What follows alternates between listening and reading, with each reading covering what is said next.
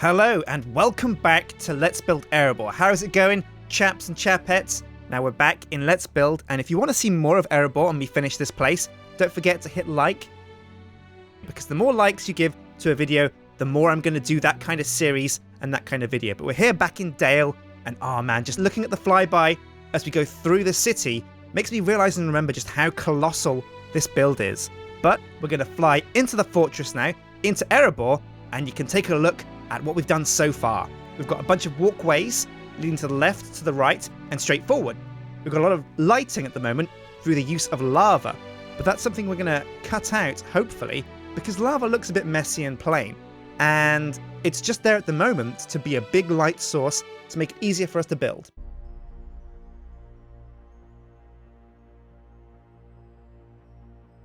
Now, step one in getting rid of the lava is to put along this huge kind of walkway. Well, not really a walkway, but a channel underneath the main walkway.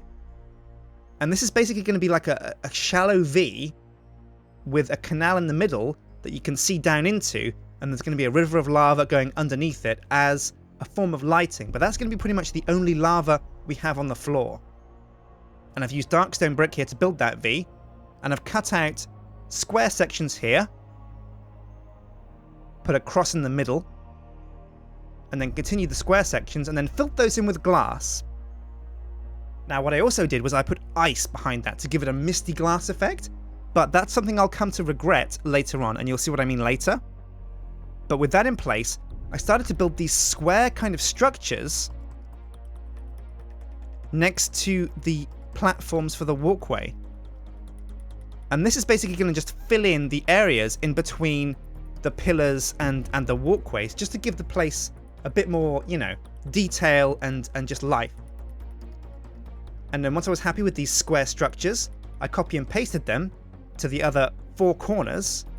And because our build is symmetrical, I was able to not make any modifications to those square structures and keep them the same size. So when I copy and pasted them, they retained the kind of relative position.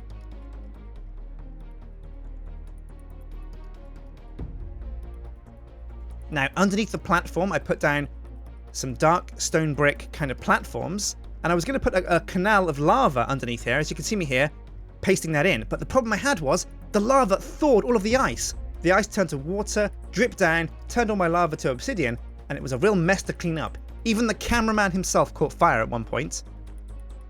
But once I'd fixed that and removed all the ice, I came back with some light stone brick and added some bracings. And this is just detail that I was adding to the lava canal to make it look a little bit more busy. And then I copy and pasted the first design all the way across the canal. And then connected those details to the floor underneath the pillars. And I was going to keep the lava underneath the pillars because it's a great light source. Now you see me here, this is the whole building, the whole room. But I plunged into darkness, I removed all the torches in here, and this is what it looks like without any torches. This is the entrance hall to Erebor without any torches at all. The only thing lighting this place up right now is lava. And as you can see, the place looks really, really dark. There's a couple of lit areas where the lava was, but what we need to do now is go through the whole place and add in some atmospheric torches. Now, any 3D modeler or artist will tell you lighting is one of the most important aspects of any piece of creative work. The importance is amplified tenfold when you can imagine that as a three-dimensional space that somebody is going to have to look at from several angles. With the wrong lights, your 3D model of Sherlock can end up looking like a goth ready for a night on the town, or your 3D render of Fluttershy can become a horse from hell, a steed of nightmares instead of happiness. So I've gone around putting down torches in the important parts of the build. I've used lighting to pick out pieces of detail and left areas dark to accentuate the feeling of depth. A deep chasm looks even more looming when you can't see the bottom. And I've also replaced, as you can see here, the core of the pillars we have around the room with lava. This adds a lot of lighting, but also colour too. This room has a lot of grey. So the reddy orange of lava helps drag this room out of black and white. And here, as we do a slow flyby, you can see how most of the lighting has gone into the room. We've added a few torches here and there at the doors to highlight the pillars and the support sections on the outside walls, and you can see how the lava underneath the canal at the bottom picks out the detail on the floor. Now I want most of the bottom of the room to be quite dark, and at the moment we've kind of succeeded there, but there are a few areas I need to improve the lighting. One of those being the square structures around the bottom of the room. I need to add some kind of light into those. And also I need to add a main door leading out the front of the hallway towards the throne room that I'm also going to add lighting to.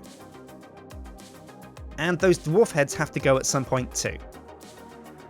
So I came back to these square structures, threw down a bunch of torches just for the short term, so you guys can see what I'm doing, and I decided I was going to construct some large flame braziers, some braziers that are on fire with some netherrack to breathe a bit more life and animation into the room in the form of moving flames.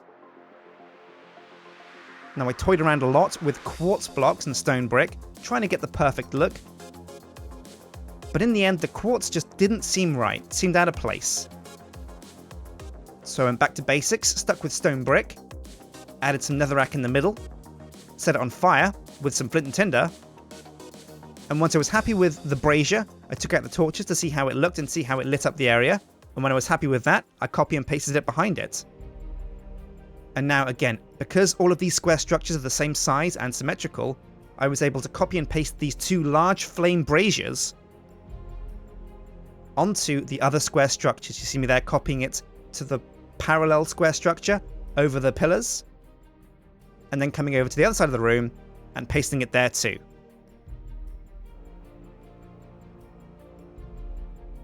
Now, the canal at the bottom was a bit disjointed. I needed a way to connect that to the square structures on the side. And in some ways, it's a bit of a shame working down here because players aren't really, well, nobody's really going to play on this. It's more a decorative piece. But these areas aren't quite accessible, and I'm thinking about making them accessible later through some kind of hallways or stairways, but for the time being these are just decorative.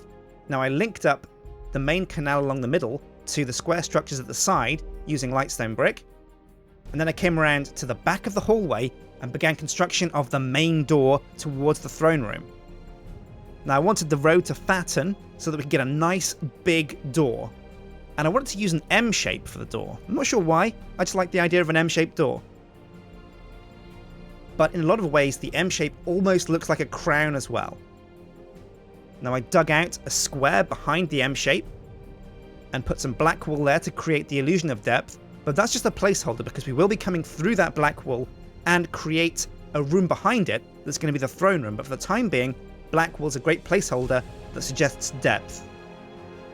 Now I put down some wooden logs here, but I wasn't quite happy with the look of that. So I came back and I did a crisscross pattern with some light and dark stone brick, and then put the wood logs inside the door and created some wooden fence post kind of portcullis grills. Because this is the throne room. If danger strikes, if a dragon attacks, we're going to need to drop that portcullis and protect the king and the king's riches from whatever the threat may be. And then I came above the main door towards the throne room and added some detail. I thought about the idea of having diamonds behind this to again add some colour, but it didn't quite fit and it didn't create enough light. So I created instead some netherrack behind that and set it on fire to try that. But once it was on fire, it wasn't really, it kind of looked a bit too busy. The flames just looked a bit haphazard. So I came behind that again, and I quenched the flames with some lava instead. And again you have that deep red orangey glow. But the blue diamond blocks did look pretty cool, so I might come back and use those to add some colour to the room. Now it was time to get rid of those messy stone dwarf faces that kind of have been a thorn on our side for this build for a long time. I had to repair the lava because it dripped down all over the walkways, and that's a bad situation to be in. And I added these kind of, I guess I was inspired by suspension bridges. I added this weird kind of suspension bridge that would cross over the main walkway, but this was going to be a river, kind of like an aqueduct, but for lava instead of water. And I still wanted the lava to drip down to where it was before when it was coming out of the dwarves' mouths. So I used stone half blocks to create the actual canal that would hold the lava. And what this meant is because it was half blocks, the lava would rest just a half a block or so above the canal, so you could visibly see that lava was dripping through it. And I added a way for lava to drip down from the roof. And using lava buckets just fix the flow of the lava, because liquids in Minecraft can be a bit messy to work with sometimes. And there we go. As we fly by Dale at night, one of the side effects of deleting all the torches inside Erebor itself was I took out most of the torches from the town. But as we fly in, you can see the fully lit and pretty much complete mighty hall of Erebor. The core of these pillars lit and infused with lava, the flame braziers on the side. There is so much detail that's gone into this room. It's crazy, and it's taken quite a long time to get it, but the look now is something I'm quite happy with. We could do with a splash of colour, and I'm toying with the idea of adding some blue diamonds and some gold blocks to achieve a kind of red, blue, and gold effect for the colours in this room. But that's been it for Let's Build Erebor, and we've completed the mighty entrance hall. Next episode, we're either going to the throne room, the treasure room, or the great forges. So make sure you say in the comments section which one you want to see. But I've been Sjin, and this has been Let's Build Erebor. Hit like and favourite and subscribe if you want to see more, and I'll see you guys next time. Take care.